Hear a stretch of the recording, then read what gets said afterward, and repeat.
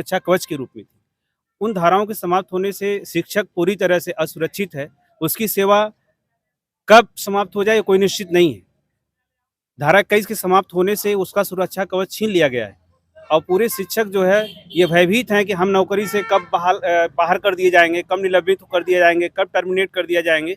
यह बिल्कुल जो है अनिश्चित है, इसलिए टीचर पूरी तरह से भयभीत है। और दूसरी रही बात कि ये धारा जो 12 है कि हम अशासकीय माध्यमिक विद्यालयों में जो स्नातक वेतन क्रम में शिक्षक नियुक्त होता था, अब उसी पद पे रह जाएगा, उसका प्रमोशन प्रवक्ता पद पे नहीं होगा।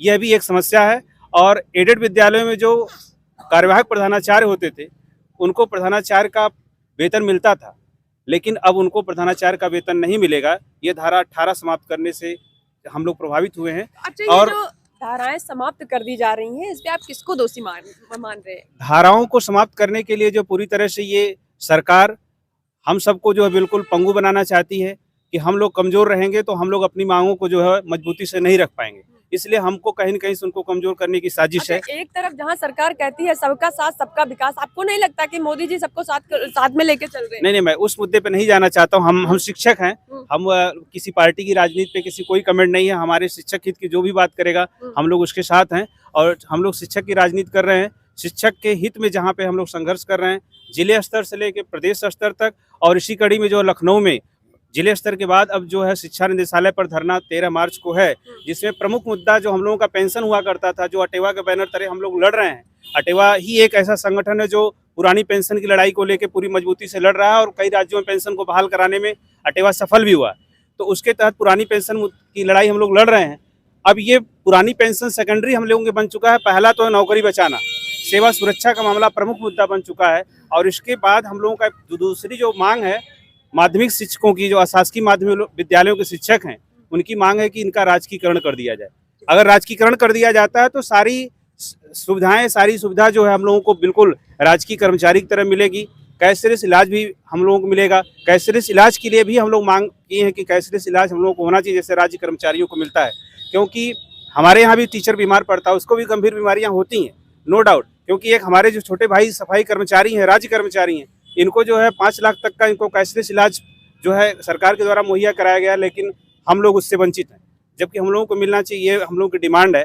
और सबसे बड़ी चीज़ है कि एक जो हर कार्यालयों में भ्रष्टाचार व्याप्त, सिटीजन चार्टर हम लोगों की एक मांग है कि सिटीजन चार्टर व्यवस्था अगर लागू हो जाती है तो हम भ्रष्टाचार से मुक्त हो जाएंगे और हमारे काम किसी भी कार्यालय में वो ससमय निस्तारित कर दिए जाएंगे। आ रहे हैं आपके पास। सर, आप कुछ कहना चाहेंगे? मैडम, मैं तो केवल बुनियादी बात कहना चाहता हूं कि जो अशासकीय सहायता प्राप्त माध्यमिक विद्यालय हैं वो पूरे प्रदेश के गांव देहात में बहुत अच्छी तरह से फैले हुए हैं और उनमें छात्रों की संख्या सर्वाधिक है। जितने जियासी हैं उनकी संख्या उतनी ज़्यादा नहीं है वहाँ छात्रों की।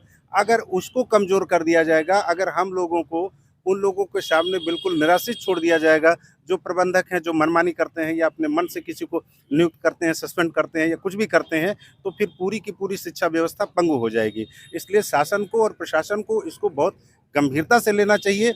ये ऐसे लोगों के बारे में मामला है जो इनलाइटेड हैं, वो समझदार हैं, वो जानते हैं कि वो समाज में क्या करना चाह रहे हैं, इसके क्या परिणाम आएंगे। और अगर सरकार इस पर गंभीरतापूर्वक विचार नहीं करेगी तो सरकार पूरे समाज को कमज़ोर कर रहेगी। सर, आप आ जाएं कुछ। अच्छा, आप कुछ कहना चाहेंगे? सर, मैं इतने सारे लोग आज यहाँ पे इकट्ठा हैं और लगातार आप लोग धरना प्रदर्शन कर रहे हैं और सरकार से मांगे कर रहे हैं, आपको क्या लग रहा है? शिक्षकों की जब इस देश में गुरु ब्रह्मा, गुरु विष्णु, गुरुदेव महेश्वरा की उपाधि दी जाती है शिक्षकों को, तो एक डरा हुआ शिक्षक और एक असहाय और एक मान के चलिए असुरक्षित शिक्षक कैसे नागरिकों को उत्पन्न करेगा? यहाँ छोटे कर्मचारियों से लेकर मतलब कि भारत में जितने भी पद सृजित होते हैं, चाहे प्रधानमंत्री तक हो, एक शिक्षक ही उनको जो है मार्गदर्शन करता है, तब जाके होता है। तो ये हमारी सरकार से मांग है कि जो शिक्षकों में जो डर व्याप्त है, कम से कम उधर एक गंभीर तरीके से सोचना चाहिए सरकार को। मैं यही कहना चाहूंगा शिक्षकों के हित के लिए। आप क्या कहना चाहेंगे? आप अपने विचारों को रखिए जो इन लोगों का विचार है वही मेरा भी विचार है कि पुरानी पेंशन काफी दिन से मेहनत कर पुरानी पेंशन को बहाल करें और सबको जो है समानता का अधिकार मिले। सर, आप कुछ कहना चाहेंगे?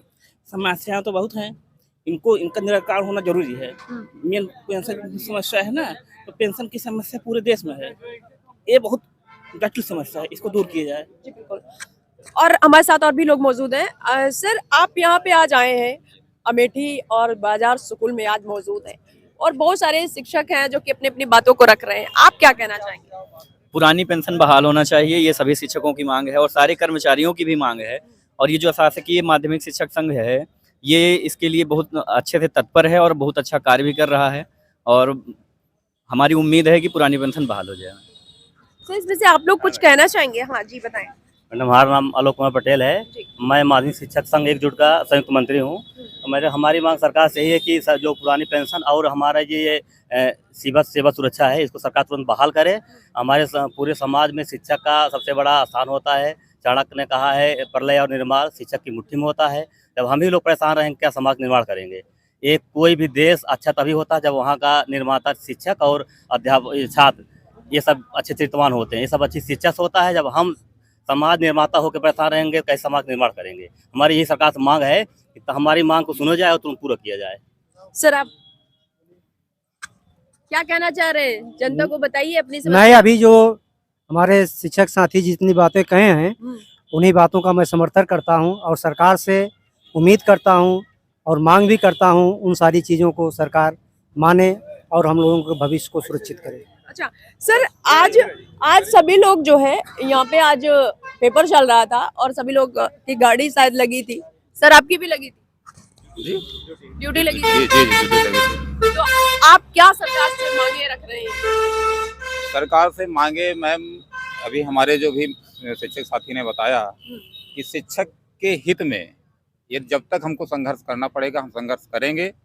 जितने भी धाराएं इन्होंने बताया कि धारा 21 और धारा 18 के तहत जो कुछ भी समस्याएं जो हटा दिया जा रहा है, इसके लिए हम लोग लड़ेंगे। पुरानी पेंशन के लिए लड़ेंगे। शिक्षक ही एक ऐसा प्रोफेशन है, ऐसा पेशा है जहां से हर एक पेशा का निर्माण होता है। चाहे वो अधिकारी हो, शुरू से लेकर के चपरासी से लेकर के IAS तक बनने तक एक शिक्षक ही उसका निर्माण करता है। पूरे समाज का अच्छा नागरिक पैदा करने का काम शिक्षक का ही है। तो हम लोग यदि सुरक्षित नहीं है, हम अपने ही लिए लड़ते रहेंगे, तो हम उनका भविष्य या उनको कैसे, उनका निर्माण कैसे करें? जब तक आपकी मांगे पूरी नहीं हो जाती है तब तक आप लोग धरना प्रदर्शन करते रहेंगे? बिल्कुल 100% हमेशा संघर्ष करते रहेंगे, उसके लिए लड़ते रहेंगे और अपनी सेवा शर्तों को मनवाएंगे उनसे। जी जी जी, कुछ कहना? ये जो हम लोगों की मांगे हैं सेवा सुरक्षा संबंधी, जो धारा 12, 18, 21, कोई नई मांग नहीं है। ये मांग पहले से ये अधिनियम में थी, इनको बाहर कर दिया गया, हटा दिया गया। इनको पुनः शामिल कराना है, यही हमारा प्रमुख मुद्दा है कि इनको शामिल कर लिया जाए। कोई नई मांग नहीं, सरकार को इस पे विचार करना है। पहले थी उसी को लौटा दीजिए बस। और पुरानी पेंशन भी पहले थी, उसी को लौटाना है। कोई नया मुद्दा हमारा नहीं है कि नई मांग हम कोई कर रहे हैं कि सरकार को इससे बहुत विचार करने की जरूरत है।